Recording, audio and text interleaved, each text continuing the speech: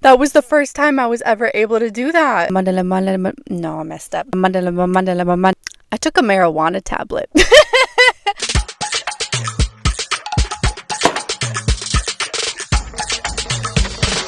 Yes. Okay, so I didn't really take a marijuana tablet. Well, I was sent this thing like in this like PR package. I don't know, but it's called Sunnies, right?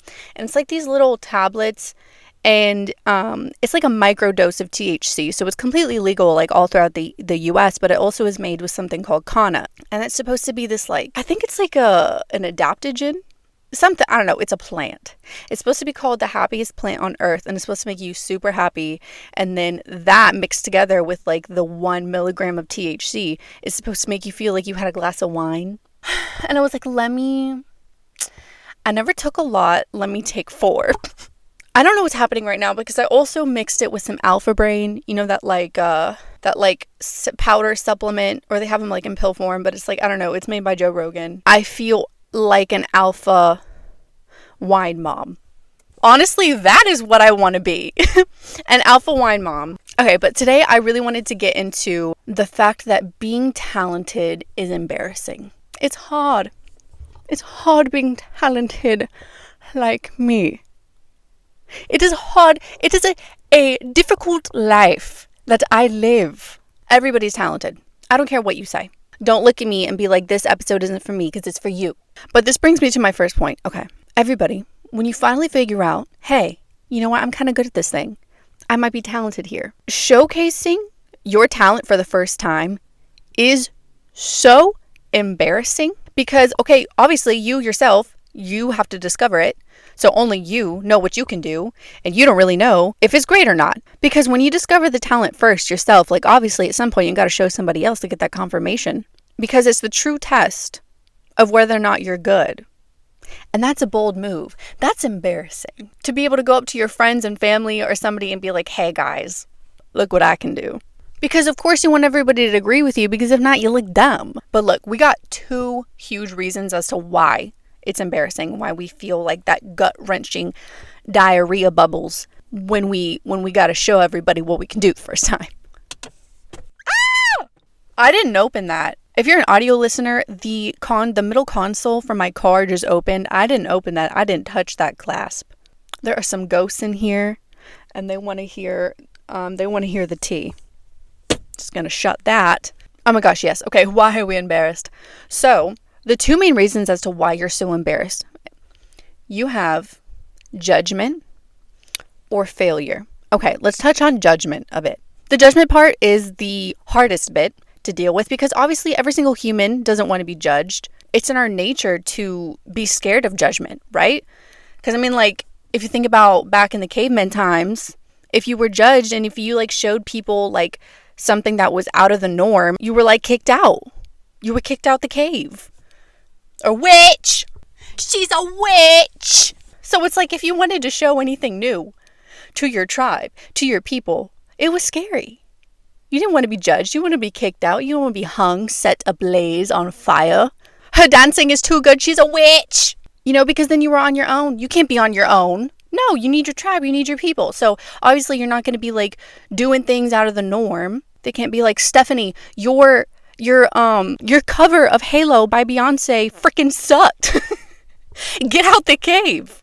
Leave. Sometimes we want to like keep our talents to ourselves because like we literally just don't want to be judged by others. We don't want anybody's outside opinion. And then also you can have your friends laugh at you. Oh, I used to have these friends. They were my best friends growing up, okay? So they were a bit more like family. You know how family kind of picks on you a little bit more than your friends do? But it was just like our dynamic. But I loved to dance. I was a good dancer, okay? I started dancing in high school, but like every single time I would have a dance recital or like a dance show or something, they would go and I would like watch them and see them up front, and they were pointing and laughing at me. And then of course that made me feel like so embarrassed, even though I knew I was good, even though I knew I was always in the front center. But it was weird because I was the only like really artistic person like that in my friend group. Like, I loved to sing, I loved to dance, I loved like filming, acting, like whatever. And none of them liked that stuff. So I was an outsider and I was always made fun of. And I was like constantly feeling embarrassed about that. So yeah, so when you have like friends like that, you're in a group like that, sometimes you just like don't want to be out there as much. You don't want to showcase your talents. And listen, leave those friends if they don't lift you up. Okay? Having certain talents around a family that doesn't understand can be super embarrassing, for one, because listen, you could be super talented, but the crowd that you're around just may not understand the talent, right? It may not be traditionally valued by the people that you surround yourself with. But sometimes it's not their fault because sometimes they just don't understand. Okay, like for instance, this story is kind of stupid, but when I was in 3rd grade, listen, I came from a family of the theater. We love show tunes. We love singing. My sister's favorite movie, my older sister's favorite movie was Phantom of the Opera at the time. So, of course, that was mine too. I walk up to Mr. Crete one day and I'm like, Mr. Crete, I need to sing. I need to sing for everybody in this class. And he was like, all right. So he shushed everyone. I don't know, it was like snack time or something where we had some downtime. I stand up and this little 8-year-old Deanna busts out in some opera. She said, the Phantom of the Opera is there. Spoiler alert, I really can't sing. But listen, I had so much faith in myself. The roar that came from these kids' mouth, the laughter that arose from that classroom that day. I wanted to poop. I wanted to poop myself. But Mr. Crete did not let that happen. He said, you are not going to defecate in my classroom. So he praised me. I think he was also a man of the theater. He flips out. He said, this is amazing. He runs to get the music teacher, brings her back in, makes me sing it again for her. They're bowing down to me, rightfully so. But if it was not for Mr. Crete that day, I would have hated my life. But see, I showcased my talents to people that did not understand, to 8-year-old boys and girls who do not understand the art that is Phantom of the Opera. So you need to be around people that love you, will lift you up, and all will be good. And if you suck, they'll let you know. Anyways, okay, this brings me to the second half of why it can be so embarrassing. The failure part. The biggest issue that I have with this, okay, hold on, let's backtrack.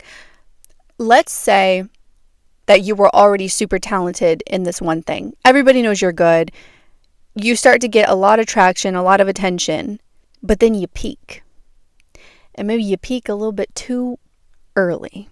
And it is so embarrassing when you show your talent to the world and you reach your peak and you're on top of the mountain, and then you flop.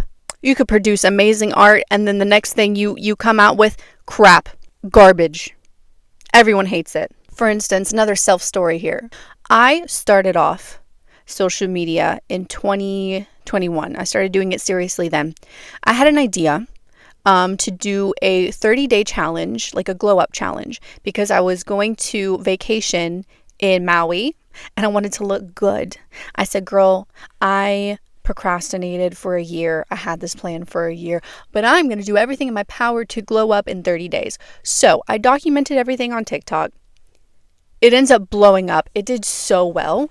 I got millions of views. Millions. And I ended up getting almost 150,000 subscribers or followers in like less than those 30 days. I think it was maybe like half, like 15 days. And I was feeling good. But as soon as those 30 days ended, I lost like 30,000 followers. People did not care. Now, when I post TikToks, or even before, girl, I got 7 views the other day. I went from getting 2 million, 8 million, 10 million, 4 million, 500,000 to 8? 8? The level of embarrassment that I have when people still ask me like, hey, how's TikTok? I say, shut up. Don't talk to me. Now, the last little point, a little thing that I want to talk about is just that very passionate people are very sensitive when they showcase their talent to the world because they set very high expectations for themselves, which makes any attempt at showcasing your talent to anyone so embarrassing, so gut-wrenching, so diarrhea bubbling inducing that it makes you just want to keep everything to yourself. But I'm here to say to you, screw it. Screw it. Because you know what? Even if it doesn't work, you tried. You tried. If it doesn't work, you can try something else. Listen, I have failed so many times. I'm the queen of failure.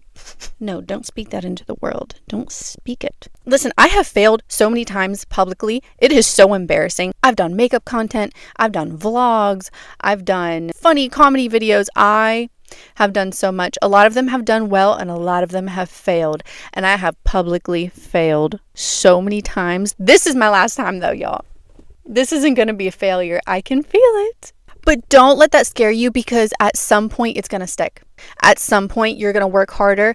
You're going to get better. People are going to appreciate you. They're going to appreciate your talents and they're going to love you for what you do. And you're going to touch some people out there. Touch their hearts. You just don't know it yet because you're keeping yourself in this little internal bubble because you allow the opinions of other people to get to you. So stop. Stop.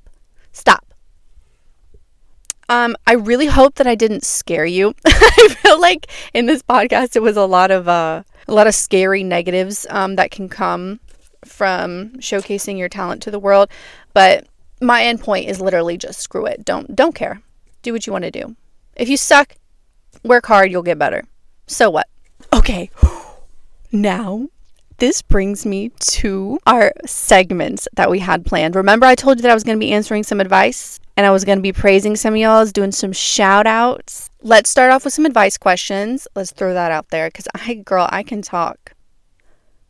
Oh, by the looks of it, I have none. Don't fret. Let's check the other post that I made about achievements. Hold on. That one is also blank. Well, this episode was about embarrassment. It's fitting. Anyways, next episode, I feel it. We're going to have some. So remember, I need you guys to comment down below or you can DM me from my Instagram at the Don't Be Dumb Podcast. I want to answer some advice questions. And I have another segment, which I haven't named yet. We're going to do some cute names. I'm going to figure it out. We're going to grow together. But the other segment is achievements, okay? I want you to send me some weight loss pics. I want you to send me that you got a new job. I want to shout you guys out because we need some praise in this world for the good things that we do, okay? All right, y'all. But it was so good talking to you today. And always remember, don't be dumb.